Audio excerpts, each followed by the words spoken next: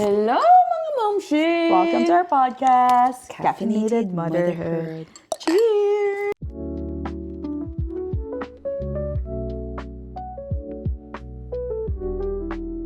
For today's episode, ang lamig naman. Ano mo na, ganyan Oh my ka God, na ba? kanina pa pala nandito yung bra ko. Guys, sorry. Shucks. Mom brain, right? Oh my God, kala ko t-shirt, yung pala bra sa Bra ko sobrang yun. laki. Punyeta. Sa sobrang laki, kala mo t-shirt Ay, na. naku. Nalamig Basta hindi ako. yan malamig. I'm cold. Anyways. Okay, Go. go. Episode natin. For today's episode, we are going to talk about something very, very close to our hearts. Yes. This is a life update Oo episode. nga, totoo. Kasi feeling ko very like, yung feelings mo ng ganito, yung feelings mo ng ganito. So ngayon, episode is like a real-time episode na nangyayari sa buhay namin, dalawa ni Che. And, Actually, connected din naman siya pagiging motherhood yun. oo, connected siya sa pagiging mommy. Pero like, most episode natin is like, More on. past experiences or like, alam mo yun, reflection, True. recollection. Amen. Amen. So, mag-chat muna tayo ng ano bang mga ganap namin ngayon sa mga buhay namin. So, grab your coffee, whatever drink of choice ang gusto nyong inumin, and let's chatty-chat.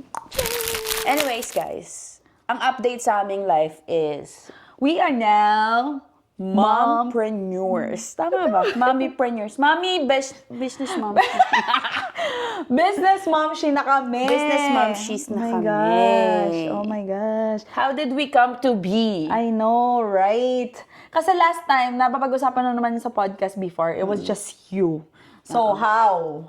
Ako din. So, napahop-on na din ako dito. How the Carabao? Hindi kasi last time, I think napag-usapan natin yun is yung sa coffee cart business, di ba dapat tayong dalawa yun? Yeah. That was with Camille yata. Oo, with Camille. So, dapat isa-start namin yung coffee cart business na dapat kami talagang dalawa yun. Like, nag-isip kami ng mga kailangan, ganyan-ganyan. Tapos, binibigyan ko siya.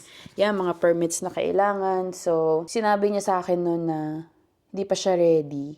So, ginawa ko na yung sa akin kasi kasama may blessing naman din ni TJ. So, go na ako noon. Summer ako nag-start August. June, mga July-ish. Dati pa niya ako kinukulit. Sabi, bago pa earlier this month, January, ewan ko kung last year. I think last year pa, kinukulit. Sabi mo na, open tayo ng ganyan, gumagano. Tapos ako parang hindi ko masyado pang pinapansin. Paano ba yun? Like parang wala pa akong masyadong idea. Tapos hanggang talagang go talaga siya. Gusto niyang ipasok talaga sa sa mundo niya yon. Hanggang sa earlier this year, parang binigyan mo na ako ng na-influence mo na ako na parang ito, sarap nitong coffee to. Tapos sa nagsimula na nag-podcast, na nag-pop up. Kasi doon nabuo yung interest ko nung nag-pop up tayo nung cafe. Yung Caffeinated Motherhood. Oo, na-enjoy ko siya. Yeah. So doon siya parang, I think yun yung naging root. Oo, doon. Tapos doon na, sa kwento mo nga niyaya mo ko, and then hindi pa ako parang ready to shell out those money. And then ginawa mo siya dahil nga sa TJ din naman, and then Yeah, so ginawa ko na siya kasi parang, ang tagal ko na kasing gustong start talaga. Kaso nga, kasi di ba ma-serve naman talaga ako ng kape dito sa bahay, sa mga friends, ganyan. Lagi sinasabi ng friends ko parang, you should open up a coffee shop, ganyan. Eh, ako naman, parang, mahina ang loob. Sus ko po. kasi mahina. parang, may bibili ba noon? Parang wala namang bibili ng kape, ganyan. So, hindi siya up until nung kinailangan ko na maghanap ng daycare for Avery. Yung iniisip ko pa lang na, daycare ko si Avery. Sabi ko, fuck, ano bang pwede kong gawin na kaya ko mag-make nang hindi na ako mag-full time na ganto ganyan. So, nung naano namin yung sa coffee cart, dun na siya talagang, sinabi ko, push na, talagang, let's just go with it.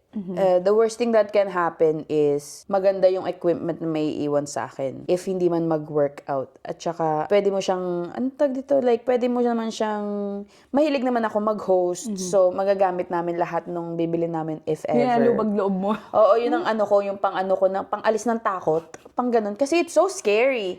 Diba? Like, parang, holy fuck, like, you're dropping this much while on mat leave, ha? Yun ang pinaka nakakatakot. Sabi ko, bakit ba hindi ko to ginawa nung, ang daig ko pang perang extra na nakalay around lang dyan, ganyan-ganyan, kung ano-anong pinagbibili ko. Dapat matagal ko na siyang ginawa. Parang ganun yung ano ko. Pero nung nag-go na kami, parang, ayun, Kaya naman. kaya naman pala. Pero it's still a lot of work. Up until now, a lot of work pa din siya. Pero, siguro ang hindi lang nagbabago is like yung takot. Yeah. It's always It's there. always there. That's why they always say, do it scared. It'll work out, do it scared. So, ayun, I'm just doing it scared. Until now. Up until now. At saka nakakahiya kasi. Pero kailangan mong lunukin lahat. So, anyways, nag-start nga ako ng August 27, dun ko siya pinost. And August then, 27. yeah, ano na ngayon? November. So, August, September, October, November. This is our Magti 3 third months na. month. Magti 3 months na. Ang little sips. Ikaw, eto, nakakatawa kasi, naduyog to dahil, di ba na may ginawa kaming event? Private, yung pinakang private event ko na pinakang una. Alin yan, Besh? Yung pinakang una, yung 30th birthday. Sino to? Si Hana. Hana. Hana. Oh, yes. Ang trabaho niya is content creator siya. So like, eto kasi siya, ma-content kasi talaga siya eh. So like, nung ano namin, nung parang tinitingnan ko yung profile niya, sabi ko, kaya ni Jen gawin tong. Hindi ko rin alam actually na may ganong, Yeah, I was saying. nakikita ko siya sa parang mga post, sa mga wedding post na, looking for content creator. Yung mga ganong, sabi ko, content creator for wedding? Ano yun? Up until nung nakatrabaho ko nga yung first client na yun. Sabi ko, ganun pala ginagawa niya. Sabi ko, kayang-kaya mo yun. Tapos, I think dun ka na napaisip. So, ikaw naman, anong motivation mo mag-isip-isip ng mga bagay-bagay? Kasi nagsimula yung business na yun. Ang lahat sa It's because of AJ. Hindi nga, kasi, I think, dati ko pang alam na may content creator na ganyan. Kasi nag-scroll ako ng Instagram before. Taga Vancouver si ate girl. And I was like, what the heck? Bakit nakakolab to? Pwede na pala to sa Instagram. So parang, tinignan ko yung profile. I was like, what? May nagawa ng reels na ganito. I was like, wow, ang ganda. Sana. Nung time na yon, iniisip ko, wala pa yung business-minded ko eh. Nasa isip ko nun, oh my gosh, dapat may ganito ako ng wedding ko. Ganun talaga, automatically sa isip ko, Ako din. dapat may ganito ako sa wedding ko. Dapat may ganito ako nung sa birthday ni Xavier. Like, may ganito pala. Tapos hanggang sa parang lagi ko siya nakikita. Sabi ko, what? Ano na to? Like, job na tong ganito? And then like parang, nung sinabi mo yung about sa kanya, kilala ko na kagad. Parang, oo, nagaganon nga yan. Pero at the back of my head, hindi pa rin nag-hit sa akin na parang, Kaya mong gawin yun? oo, na parang, bakit hindi ikaw gumawa nun? Yung para bang ganon? So, Rewind. Rewind. It's a rewind. Dati, iniisip ko talaga, bakit lahat ng moms nagkakaroon ng mga small business? Yun yung iniisip ko. Sabi ko, bakit ito nag-lashes after maging mommy, may mga small business sila. Sabi ko, bakit sa akin? Am I different? Like parang, bakit sa akin wala akong maisip na magdadagdag ng for our future? Ano kaya yung pwede kong gawin? Naisip ko dati, ay, lashes kaya ako. Ay, hindi ko naman gusto yun. Hindi ako mai-enjoy doon. Tapos hindi ko talaga mahanap-hanap yung talagang mai-enjoy kong business. And I'm not into that. As in, never, ever in my whole life na inimagine o maging dream na magkaroon ako ng business. So this is something new talaga na parang hindi ko inakalang mangyari sa akin after all that. Anyways, fast forward, dumating nga kami kay Pop-Up neto. Tinulungan ko to. Tapos ito, after that day, ewan ko ba, ba't parang kinulit mo ako, sabi ko sa'yo, para bang, ano kasi guys pag may nag-lift sa'yo na isang, yung binibigyan ka ng, yung binubudol ka, kumbaga, talagang mapapaisip ka. So, Galing pa naman ako magbudol. Oo, sabi ko, gawin mo na yan, ganyan. Tapos ito pa, kasi, siguro kung ako sisikat, sikat ka na din siguro. Kasi, ito kasi ang naging route And then, the rest is like me and friends. Siguro, sa kanya 50, ako na yung, nagpatuloy. Tapos, parang nung time na to, sabi ko pala kay AJ noon, sige na nga, gagawin ko na nga, para bang, nagtatak na sa isip ko, nakulitan na ako. So, shit, kaya ko nga to Paano ba to? Wala namang kailangan na, Hindi mo siya kailangan kailangan license. Wala namang Hindi mo kailangan kailangan ng pag-aralan. equipment. Hindi mo kailangan ng ganito. Literal, phone mo. Wala. Tsaka ginagawa mo na yan. Sabi ko. Oo, lagi ko na siyang ginagawa. Sige na nga, ganyan. Tapos kinausap ko si Fran. Sabi niya, ito na yan, dalawa na sila. So sabi ko, sige na nga, gagawin ko na. Tapos ito pang si AJ. Sige, next year ko i-re-register. Kasi parang this year muna, mag-ano mo ko ng portfolio, ganyan. Ate Che, i-reserve mo na yan. Kasi ilang days pa yan, ganyan. Sabi ko, talaga ba? Nasa isip ko na naman. Sabi ko, oh my gosh. Siyempre guys, nakakatakot talaga. So parang kasi, magbabayad ka na agad $30. $30 pa lang ha. Imagine mo sa kanya, kailangan niya mag-shell out ng a lot bago mabuo yung cart niya. Ako, $30, nanginginig pa ako kung, ano pa ako na, should I do this? Like, parang, 45 to register the name. 45, okay. Di sabi ko, mamaya dumating na yung ay, reserve na! Sabi ko, oh my gosh. Yung excitement ko parang, oh my gosh, magkakaroon na ako ng business. Oh my gosh, wait lang. So parang ng time na yun, sinabi ko na ba sa'yo na, okay na. Magme-Mexico ka nun. Oo. Tapos nung na-register ko siya, October 10, nandito ako sa kanila. Ay, tinalong ako to. Talagang click na. Ito na, magkano yun? 60. 60. Pero feel ko, besh, ang pinaka-takot talaga ako nung nasa work ako nun, nung magre-reserve na ako ng name. Kasi ito na yung simulan lahat. Nakakatakot. Sobrang nakakatakot. Yung pera, yun lang yung pera ko ha. Yun lang yung i-out ko. Ano pa kayo sa kanya? Tapos para bang, nag-ano ka na kagad, nag-isip ka na kagad ng future, shit, anong mangyayari sa akin dito? Ano to? Nasasayang lang, ano mo yun? Parang ganun pala yung feeling nun. So, it's a different kind of feeling na parang after naman is like, ay, ganito pala, okay pala siya. So, doon nabuo yung business, kung bakit ako nagkaroon ng business na hindi ko naman inaakala sa buong buhay ko talaga is dahil kay AJ. So, pares na kami tuloy na, labas-lalo na kaming naging connected. Hindi kasi like parang, yung sa kanya kasi, lagi kong sinasabi sa kanya, sabi ko, if hindi mag-workout, edi wala namang nawala sa'yo. Like, parang may cellphone ka pa din naman, hindi ka naman bumili ng special camera for that, diba? Tapos sabi ko, pero if mag-workout, meron kang 1,000 per extra per month. Depende, yun na yung lowest mo, tapos ito na yung ilang clients mo lang, ganyan. Sabi ko, parang, might as well try. Ayun. It's pinaka achievement ko na yun this year. Highlight of the year. Oo. Because of AJ talaga. Eto, maiba naman. Paano nabuo ang Little Sips ng name? Di ba nag-iisip-isip ako nung tayo, kasama pa tsaka si Pamela pa, di ba? Little Cozy or something. Like, Hindi, kung ano-ano, nagdududal-dudal ako sa iPad ko. Sabi ko, ano ba maganda na connected sa gagawin ko, pero gusto ko connected din sa motherhood. Kasi yun yung nag-push eh. Tapos, na-connected sa coffee, ganyan-ganyan. And nung first few months mo ng postpartum ko, pag gagawa ako ng kape, little sips lang talaga yung naiinom mo. Like, kunyari, mainit na kape. Siyempre, pag yung wala kang tulog, yun yung gusto ng katawan ko lagi, mainit na kape. Tapos little sips lang.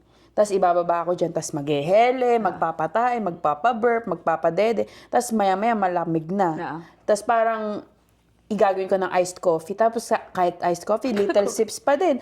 So parang sabi ko, little sips, parang maganda yun. Parang rooted siya dun sa, kumbaga pinanggalingan ng dream mo is like, I've always dreamt of having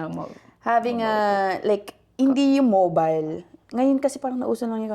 Pero yung coffee shop na nasa akin. Yeah. You told me that. Parang lagi ko na siya talagang nakikinita-kinita. Kasi lagi akong tinatanong, sabi, ano yung pwede mong gawin na kahit hindi ka bayaran pag nag-retire ka, masaya ka? Lagi kong sagot, maging barista.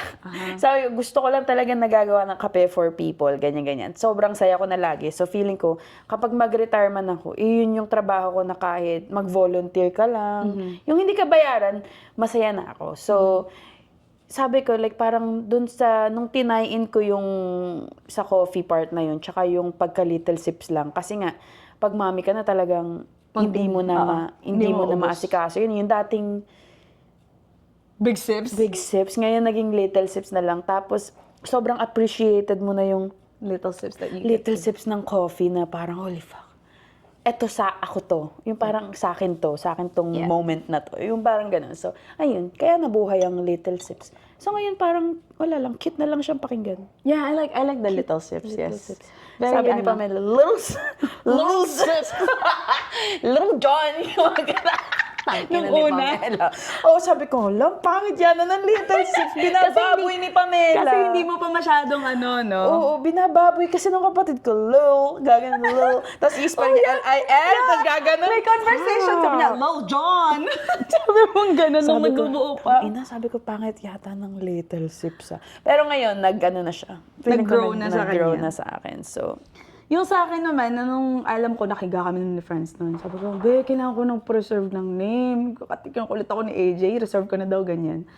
So, ang dami kong, actually, meron akong marami ka bang... listahan, guys. Meron din Ito, akong ha? listahan from ChatGPT. Ito yung ano, teka, nasaan ba ito? Moments. Biz. Ay, hindi yan. Nasaan ba? Ay, na biz. Moments. History. Ito nga. Ito. Dami. ito. September 7, 2025 pa yung last ano. Una muna, sabi ko, one more moment. Sabi ko, putang inis, ano to? Ang emotional. Chuchugi. Tapos gusto ko pang include kaya namin yung ano ko, yung last name. The Melares Media. Hay, kala mo naman parang... Full-on photography. Oo, parang gano'n. Sabi ko, okay. And then, Z Melares Edit. Sabi ko, may Z. Kasi gusto ko may Z. So, ganyan. Tapos may isa, The Melares Edit, Z Melares Edit, Melares Edit, Melares Take, The Melares POV, Z Melares POV. Tapos sabi mo nga, Events Bestie. Ang dami na POV, kasi. Ang dami nang nag-Events Bestie kasi, Besh. Tapos POV Bestie, POV Girly, Captured by Ree, tapos BTS by Ree, Your BTS Girly, Your Memory Plug, tapos Moments on Loop, tapos Replay the Day. Tapos sabi ni Franz, ano ba yung aim mo? Ganyan. Tapos sabi niya nung una yata, rewind moments. Sabi ko, gusto ko yun rewind moments. Tama yan. Yun yung parang ano sa akin na, ito yung aim ko to rewind the moments. Tapos parang nag-isip ako ng parang binaliktad ko lang siya. Doon na nabuo yung moments on rewind. Para bang, ito na pag narinig mo yung moments on rewind, parang yun na yung aim yun na yung nature ng ginagawa ko, to rewind your moments. Hindi mo na kailangan i-explain. Hindi ko na kailangan i-explain. And I search everywhere na walang kaparehas kasi isa yun sa ilulok mo sa mga social media mo dapat na walang kaparehas.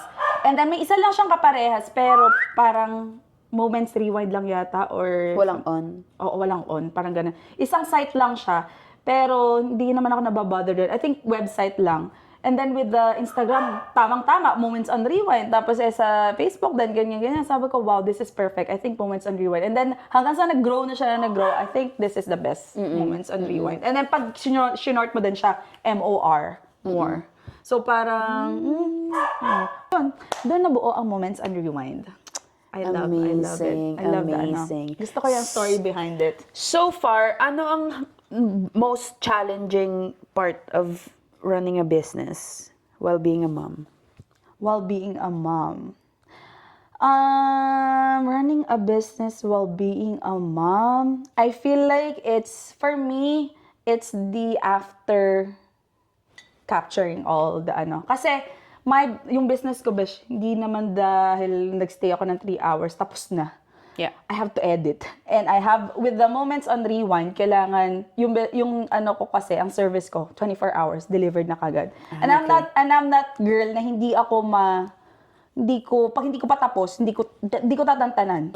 Ayoko may due date ako kinabukasan. Gusto ko chill na ako kinabukasan. So hanggang 1 a.m. or 12 a.m. man lang ako nag-edit goods. Basta may ma-upload na ako bukas, chill na ako, hindi na ako mag-iisip, mag-spend the day na with Xavier. So after capturing ng mga ganyang BTS, ang pinakamahirap lang is gustong-gusto ko nang makalaro si Xavier after. Hindi ko magawa kasi parang nasa bahay ako pero siya nasa kwarto. Silang dalawa ni Franz. So, yung routine namin, laging pag tapos nung event, hahay lang ako sa kanila, ganyan-ganyan. Alam na ni Franz yung gagawin niya. Lalaruin niya na si Xavier. Sa akin, wala. Ano pa rin ako, meron akong wall pa din na kailangan kong gawin to in an hour or so. So, yun yung challenge for me na parang, hindi ako pwedeng mag-petics dahil kailangan ma-deliver ko agad siya kinabukasan kasi yun yung service ko. That's it. I think that's it for now for my struggles. Struggles. Ako din. Ano ha, being a mom ha, sabi mo being a mom. Being a mom. Ako din, yun din, same thing actually. Kasi, yung sa akin naman, ang services ko, kunyari, like, 1 hour, 2 hour, 3 hours, di ba? Pero, hindi naman siya like, parang ikaw, like, after hours mo ginagawa. Ang sa akin is like, yung prep, pag 1 hour, 3 hours, yun. Pag 2 hour, 4 hours, yun ang time ko. Going back, tas, hingal ako. Tapos yung pag ano mo, di ba, like pag service, tapos take down lahat, balik mo lahat. Plus pa yung mga prep and everything. So, sa akin, I think ang pinakamahirap is yung ibabalance ko yung, kasi nga breastfed pa din siya. Oh, yeah. Yeah.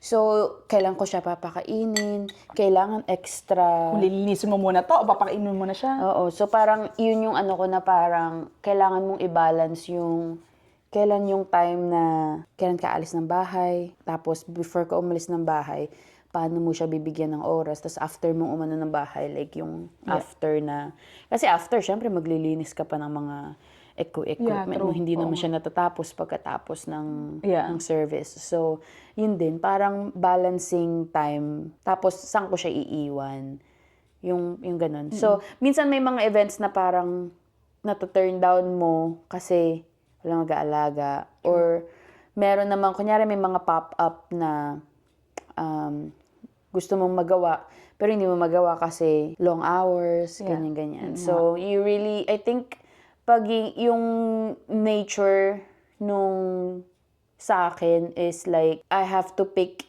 and choose yung mga events na kaya kong gawin. And then, I have to be okay to grow slowly. Kasi maliit pa yung anak ko. So, hindi siya, for me, lagi kong inaano. Kasi nakaka-excite kapag, ganyan-ganyan. Tapos, hindi mo magawa yung parang nakaka-excite yung feeling na merong more. Pero like, Hindi mo kaya accommodate gawa ng bata pa yung anak ko. So, ang pinakang challenge is to be okay with yung slow growth. Yeah. Tsaka lagi ko iniisip, slow is fast, fast is slow. Lagi akong gumaganon kasi that's all I can give right now. What is like ano yung pinakamagandang gusto mong ginagawa sa business mo ngayon and ano yung ayaw mo? Siyempre, yung pinakang gusto kong ginagawa is pag-make ng coffee. Diba? Like, yun, gustong-gusto ko yun. Tsaka yung pag-edit ko ng content after. Gusto ko din yun. Kaso, pag wala naman ako nakuwang maganda, Wala kayong makukuha. wala kayong makikita. Pero, like, syempre, so parang dalawa yung trabaho ko is like, ako yung content creator, ako yung social media editor, ganyan. Tapos, ako yung barista. Kasi wala namang pang ibang makagawa din ng pagiging barista. Kahit hindi siya enough na Pero yun yung pinakang gusto ko. Ang pinakang ayoko is finding client. Yun ang pinakang ayoko, yung asking people that I know na, uy, kapag may ganito, kasi nahiya ako eh. Nakakahiya kasi, like parang, I don't know, like parang nakakahiyang mag-ask ng someone na hindi naman kayo super close, pero alam mo na meron siyang connection sa ganito. So, lulunukin mo na lang yung hiya mo para lang ka. So, yun yung pinaka-ayoko, like yung pag-cold email, yung pag-ask ng sa ibang tao, tapos talking about pricing. Yun ang pinaka-ayoko. Holy fuck. It's so uncomfortable pricing your services. I agree with that. I feel like yung sa akin, yung pinakagusto ko, was the whole thing actually, pinakagusto ko. And like, pinakagusto ko is like the final product na nagawa ko. Na pag na-edit mo na, tas parang, oh my gosh, ang ganda nito, ang saya.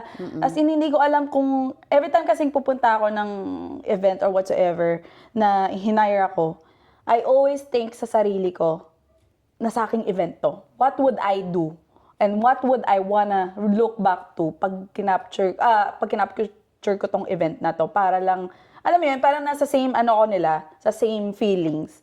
And then lalo na pag pagsama-sama ko na sa lahat, and then nakita ko yung buong, ito yung nangyari talaga kanina. Napakasarap sa feeling. Kahit na hindi ko event yun dahil nga, love na love ko yung magganon. So parang, very, siya sa akin, very, tapos, yung Joey, come here. Yung pinaka-slight hate ko though was like, hindi ko ma-include lahat ng clips sa ang i-recap ko para sa client. Pero yung, I think yung pinaka-hate ko was, I think I would go to your answer as well with finding clients. Kasi in business kasi, hindi ka pwedeng nakaupo lang.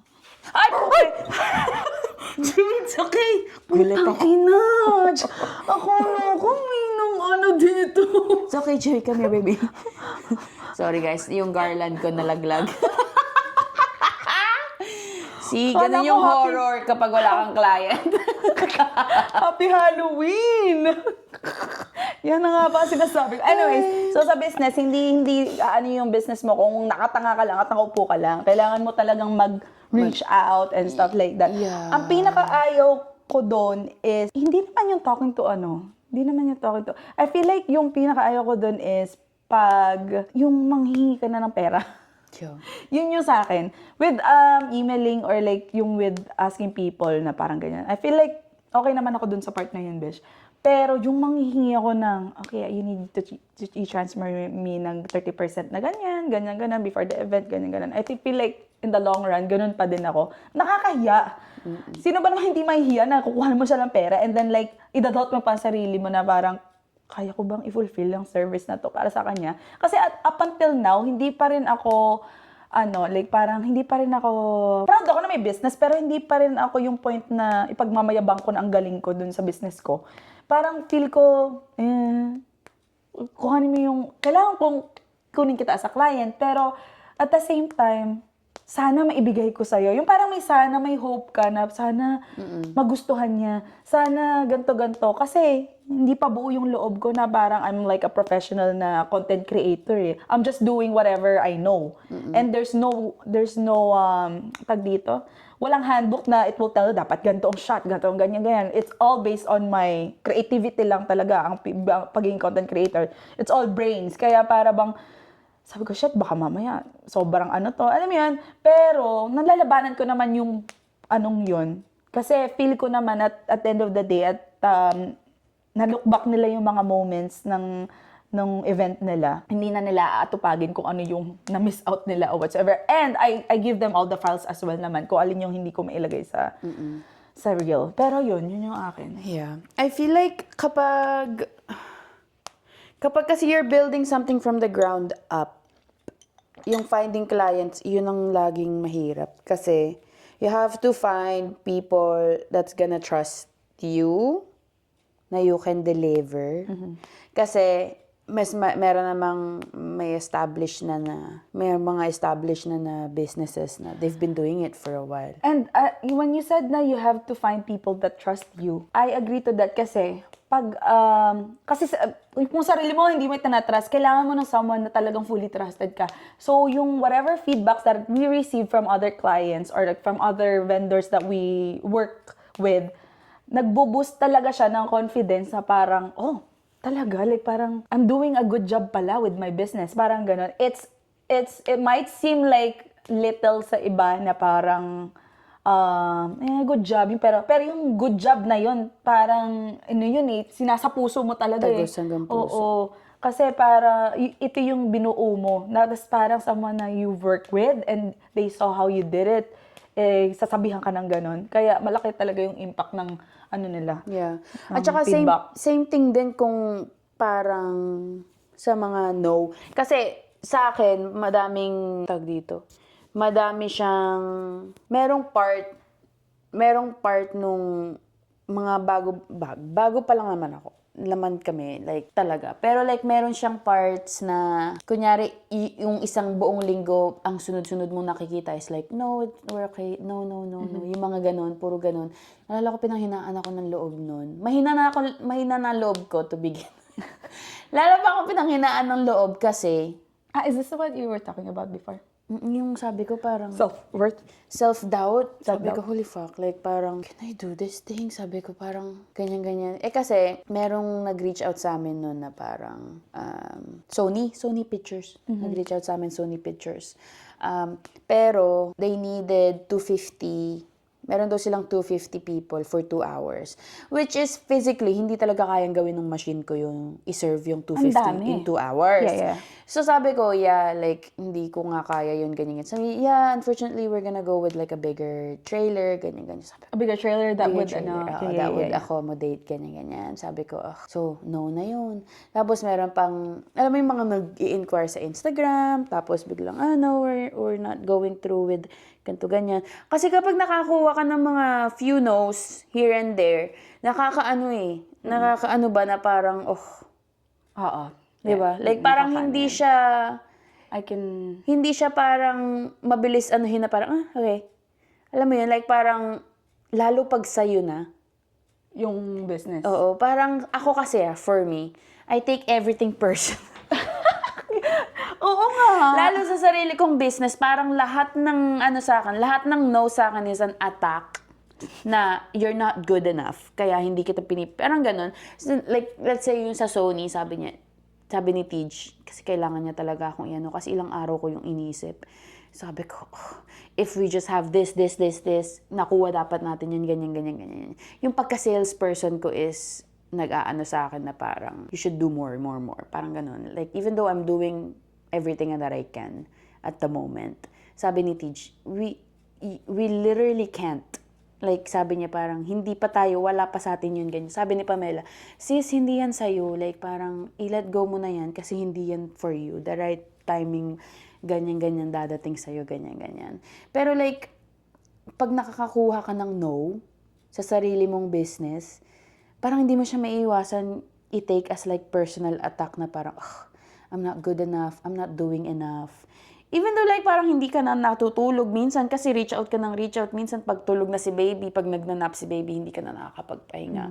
So, feeling ko yun ang challenging din ngayon as a mom. Tapos, yung isinasabay mo yung pag-build ng business mo ground up is you really have to find balance sa what you can take and what you can't.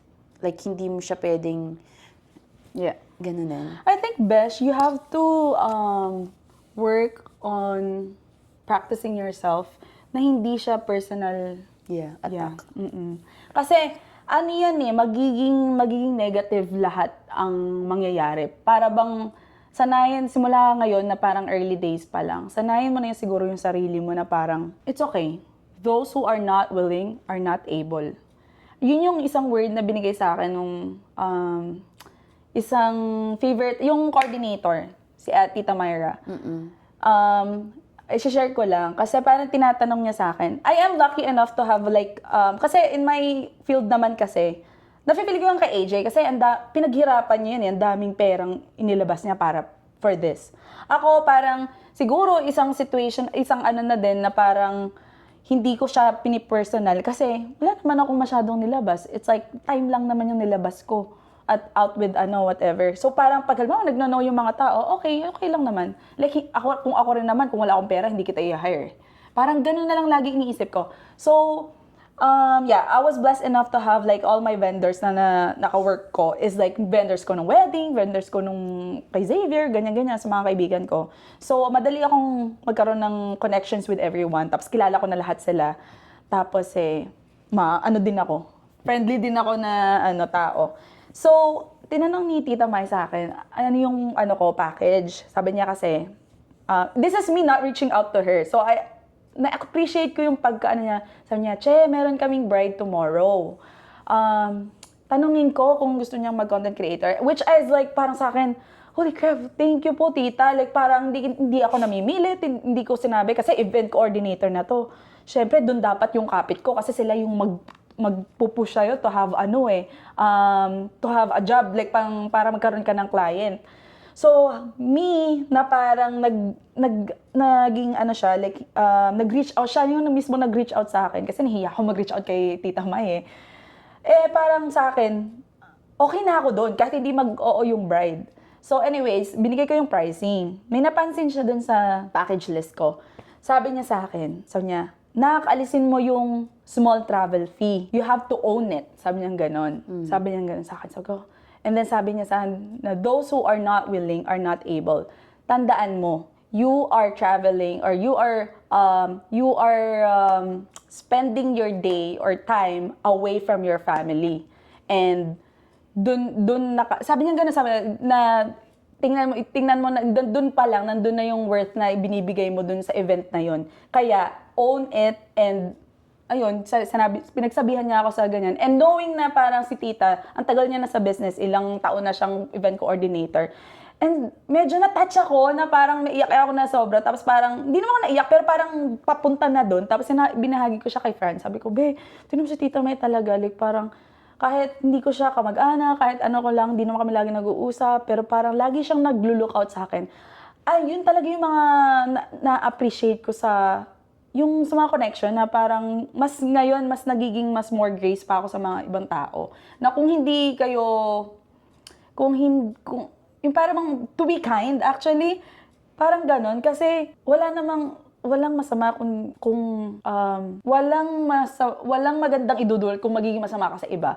Just like ano nga sabi nila sa isang day, maging mabait ka lang. Like parang may ganong... One apple a day, keep the doctor. But anyways, ayun nga, yun yung nag-open up sa akin na parang those who are not willing are not able. And I want you to, stick that sa isip mo din. And I think that would help you din sa business. Kasi lalong-lalo na ikaw, na medyo nagiging negative yung thoughts mo. And tandaan mo nga, Besh, na yun nga, na yung spend mo away from Avery, yun yung binabayaran nila. Kaya di mo dapat babaan yung presyo para lang makakuha ng client. Yeah. Kasi ikaw yan. So, yun yung natutunan ko rin actually. Hindi ka dapat ganun. Kasi sabi nila nun, pag binababa mo yung presyo mo, you just attract yung ganong type ng clients. Yeah. And I would rather, ngayon na I've done it like a few events and stuff, like I would rather have 2 to 3 clients na babayaran yung price ko than 10 na bababaan ko just to have clients. Kasi nga, lalo ngayon sa season ng life natin is the 5 hours away, yun yung 5 hours ng buhay ng anak ko na hindi ko na makikita. Dahil nandun ako sa event na yun. Alam mo yun? So, yun yung natututunan ko din na parang worth it pa ito ng time ko, worth it pa yun ng ganyan. Kasi meron akong kasi feeling ko, iniisip dun sa nature nung services ko, iniisip ng iba na parang, coffee ka lang naman, bakit ang mahal? Parang ganon. Hindi nila alam yung... Wala na may bababayan. Yung mga ganon, yung mga, nagtitingting yung ko. Dati, ang sinasabi ko pa, ano bang budget mo? Gumaganon ako dati. Ngayon, pag nakakakita ako ng, can you lower the price? Ganyan. Sabi ko, no, like the price is, it covers the setup, the ganyan, the prep, ganyan. Sabi ko, yun yung worth nung time na yun. Sabi ko, feel free to think about it. Like, parang, if you can't afford it, edi, hindi natin ipagpupilitan. Siyempre, ayaw mo din namang ipagpilitan, tapos maano yung para lang makuha ka, di ba? Unless, like, parang willing talaga sila to customize stuff para less yung cost mo sa ganito, dun na lang ibabawi. Pero, like, yung mga taong talagang, can you lower the price? Or like lower the price. Hindi ko na sila ina-entertain. Dati ina-entertain ko sila. Hindi na. Ngayon hindi na. Kasi parang after doing few events, sabi ko, holy shit, this is so much work. Hindi siya like, gagawa lang ako ng kape. Isipin nyo guys hindi naman dinadown ko yung, kunyari, let's say, compare natin yung magsiset up ng backdrop. Or let's compare na lang sa bouncy. Diba? Si-set up nila yung bouncy. Boom. Iwan na nila yung bouncy doon. You pay them how much? 400, 300, mga around that price for that coverage. Ko-compare mo sa services ko na. Magsi-set up ako doon. Ang dami kong binibring, ang dami kong ganito, ganyan. Wala ka nang iisipin, ganyan. Tapos nandun ako during the whole day. Or like the duration ng event. And then, ito yung price. So like, I don't know, feeling ko hindi siya as like equivalent ng kahit ako hindi ko siya nakita dati na parang, worth it ba ako ng ganito? Until ginawa ko na yung few events na, holy fuck. Hindi ko na uli gagawin to for this much. Parang, dun ko talaga, I guess like, you nakikita mo yung value. You have to be paid for your talaga. Yeah, it's really a process. So, kung another mom kayo na nag-iisip ng mag-start ng own business, ganyan. It's gonna be a process and you have to be patient. I feel like you have to give yourself grace kasi you're not just building something for yourself. Yeah.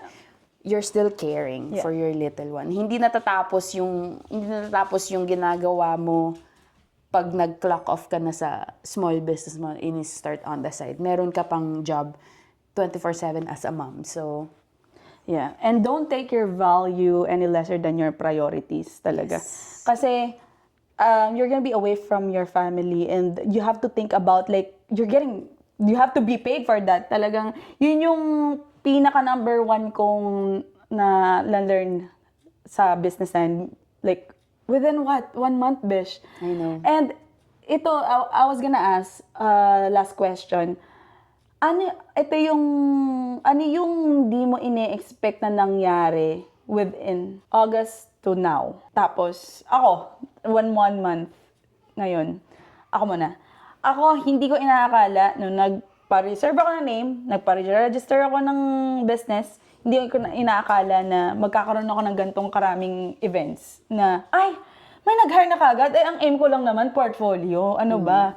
3 months, give me 3 months. Portfolio lang ang aim ko. Pero parang, hinire nila ako to do the events. So parang yun yung hindi ko inisip. And like, for that, I am grateful. And napakagandang outcome yung nangyari. And isa yun sa pasalamat kay AJ. And also, dahil sa pagpupush din sa sarili ko na kaya to, kahit na takot ka at kabang-kaba ka, as in, nakakaba talaga. Pero at the same time, maganda yung outcome. Yeah. Ikaw? Ako din. Hindi mo inakala na. Hindi ko na-expect na mapipay off ko yung nilabas ko. Almost. Pero like, technically like lahat ganun ng kabilis. within 3 months. Yeah. Lagi nga nagme-message kasi ako kay Sam pag malungkot ako. Sabi ko, bigyan mo naman ako ng boost. Kasi si Sam kasi pares kami ng trabaho eh. So, we talk to small businesses na ganito nga, nagsistart ng small business. Like, parang being on the other side na ako yung small business. Parang, kailangan ko siya to like, tell me yung hindi ko ba nakikita. Yeah. Kasi pag meron kang hindi nakikita na you're doing so well, pero hindi mo makita kasi nga, ikaw yung una mong criticism, di ba? Parang ikaw unang nagkikriticize sa trabaho mo, ganyan. Sabi niya, ano ka ba? Like, you booked, like, di mo naka-10. Kasi, ang goal ko this year is 5 events. Kasi nga, slow months. Sabi ko, I need 5 events for this year. And then, book another 5, like, first quarter ng next year. Nakabook ako ng 10. So, sabi niya, 5 lang yung ano mo. Super-achieve mo na nga, ganyan. Dapat i-celebrate mo yung mga wins mo na ganyan. So, like, yung nakabook ako ng 10, yun ang hindi ko inakala na parang, fuck, kaya ko palang makabook ng 10 within like, pero sa 3 isip months. mo, para kang liit na liit sa sarili mo. Oo, like parang wala ka pang naaano na parang, kaya ko ba to? Yung ganun, like parang, yun yung hindi ko siya ina-expect, which is like, bunga ng pag-reach out lang lahat. At saka yung mga taong nagsusupport. Oo, yung hindi ko din na-expect yung mga taong nag-support as like, kunyari si Crystal and Pau, nung minessage ko sila about, Tel, meron pa ba kayong gusto niyo ba i-add to sa wedding niyo? Ganyan. Tapos sabi ko, yun yung mga una kong clients na parang sabi ko, sige, ganito gawin natin, ganyan. Yun yung parang, yung mga friends mo na, sasabihin ko sa ganito, yung ganyan. Yun yung hindi ko na-expect na mangyayari within 3 months. 3 months. Yeah, totoo. Yung growth mo within 3 months. And also, props din sa mga partners namin for nag-aalaga while kami nagkakayod. Alam mo yun? Like, parang, kung hindi dahil sa kanila, hindi kami talaga makakalabas at makakakayod sa aming mga business. So parang, with a good partner din talaga, will get you there sa success na, hindi naman sa super successful. Success kami in a intimate way. Parang, very ako ngayon, ang estado ko ngayon sa business, chill lang and go with the flow and grateful for every opportunity and hoping to grow more and learn more actually with the business world kasi this is something na I'm not good at and hindi ako marunong sa mga ganyang bagay, mga kung paano to, ganyan. Ito talaga, ito business, nasa business field siya. So, ayun. Yeah. Anong ma-advise mo sa mami na nag-iisip, mag-start, or nasa doubting phase din sila na am I ganyan? doing this right? Alam nyo guys, kung nagtitickle na dyan sa brain nyo yon or like talagang kinukulit na, feeling ko, i-go nyo na yan. Ako na yung magiging AJ ng buhay nyo. Ako AJ talaga ako naman. Ito AJ talaga ng buhay niya. Pero parang i-go nyo na kasi parang hindi nyo rin malalaman kung hindi nyo itatry. Alam niyo yun. At saka, mahirap. Like, it takes a lot of time and effort or money or whatsoever that is. Pero kung gustong-gusto nyo naman and nakikita nyo na may enjoy nyo yung, basta ang importante, may enjoy mo yung ginagawa mo eh. Kasi pag halimbawa nag-shell out ka ng money tapos parang hindi mo naman ini-enjoy yung gagawin mo, walang mangyayari sa job nyo o sa business nyo pala. Ito, this is something that I enjoy doing. This is something that she enjoyed doing. So, everything is like parang, hindi siya job for us, right? Except the aftermath. Or like, yung on the side, yung mga stuff. Pero yung the actual job na to, it's very fun. Kaya, wag nyong pangunahan yung sarili nyo. Go nyo na lang and find the business that you feel comfortable with and you love doing. Ako same thing. Like, mostly the same thing. Like, do it scared. Don't wait for the perfect moment. Kasi laging merong magsa-stop sa inyo eh. So, don't wait for the perfect moment. Don't be afraid to grow and to learn. Kasi sobrang daming parts ng pagkatao mo yung madidiscover mo. Feeling ko kapag nag-start ka ng business. Like, makikita mo talaga saan yung strength mo, saan yung weakness mo. Lalabas siya sa lahat. Like, same thing as pagiging mommy. Parang lalabas lahat ng, magaling ako dito. Dito hindi ako masyado. Parang ganun din siya. So, parang, nung nag-start ako ng sarili kong business is like, same thing as motherhood. Like, you learn as you go talaga. At saka, don't be afraid to get rejected.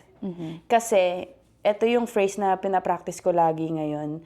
Pag nakakakita ako ng no, or next time, or we're not gonna move forward. Ang lagi kong iniisip is like, it's not rejection, it's redirection. So, nire-redirect ka lang sa taong mas makakita ng value mo, mas aligned sa sa services mo, ganyan-ganyan. So, laging redirection instead of rejection. It's not rejection. You're never rejected. You're just being redirected sa kung ano talaga yung path na para sa'yo. And yung clients na para sa'yo. Same thing as nung sinabi niya kanina is, never lower your worth.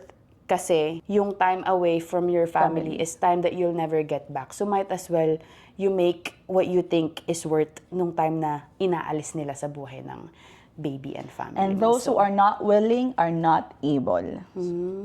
So yun. Ayun guys, I think very challenging siya. For sure, like very challenging. So, super important talaga na makahanap kayo ng sa buhay nyo na magbo-boost sa inyo when you need it and partner na magsusupport all the way through. And, yung mga friends lang na parang, yung mga nagre-reshare, yung mga ganun, yung mga little ganun na it helps. It helps us kasi parang, pag may nakikita akong nagre-reshare ng ganito, parang, alam mo yun, like, iba yung tulong na ginagawa, actually. Yes. And also, wala na yata ako sasabihin, but sinabing also. Pero yeah. And, yun, kung sino ang mga naghahanap ng mobile card. Dahil nasa topic tayo, kung kailangan niya nag-advertise. Hindi guys, Kung kailangan niya, ikaw na. Kung kailangan niyo ng coffee card. Kung ang team ng first birthday niyo ay brewing. First Brewing or something or like something that. cafe. May ganun ako. Actually, may nabook ako sa February na ganun, Na ganun? yung coffee, chuchu. Anyways, ayun, sana may natutunan kayo about us right now. Ito yung pinagdadaanan namin ngayon.